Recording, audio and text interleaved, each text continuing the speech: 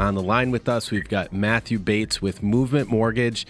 And the big buzzword right now is refinances. Isn't that right, Matt?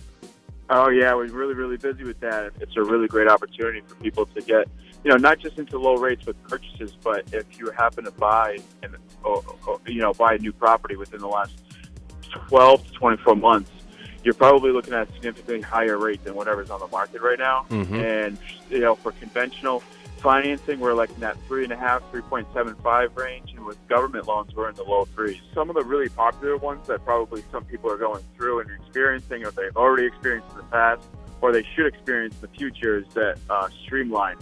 And there's two different ones that are really popular. There's the FHA Streamline, and there's a VA Earl, an interest rate reduction loan. And both of them are very, very fast, and essentially they're less abrasive as purchase. We don't dive into the income. We just make sure that the mortgage payments are paid on time and that they have an acceptable credit score in order to qualify. So we go through there, and then we just every sense of the word, streamline. We streamline our refi, take advantage of staying in the same mortgage product, not having to appraise their house, and taking advantage of the lower interest rates. What day of the month do you want to close on a refinance to skip 2 mortgage payments? I want to close anywhere between the beginning, the first to the 5th, pretty much, definitely before the 15th. And because there's even though if you pay that off before the 15th, you avoid a late penalty. Mm-hmm. And so going forward, every time you make a mortgage payment, you always want to make it before the 15th. Sure. You tack on a late fee after that. Mm-hmm. So if we can close before that date and make that payoff, then we end up avoiding the late fee.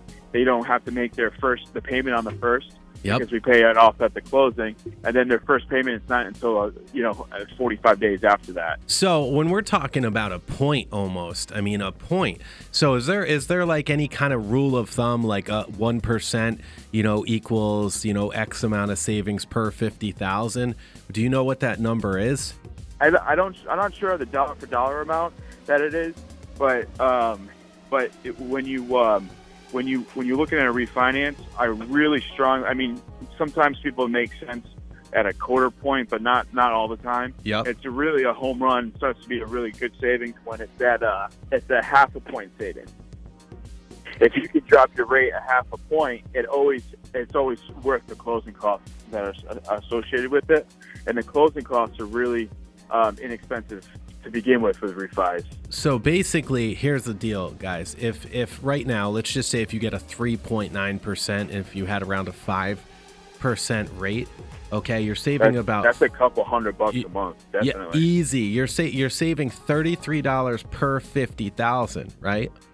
So if you have a $200,000 home, it's $132 per month times 12. That's almost $1,600 per year.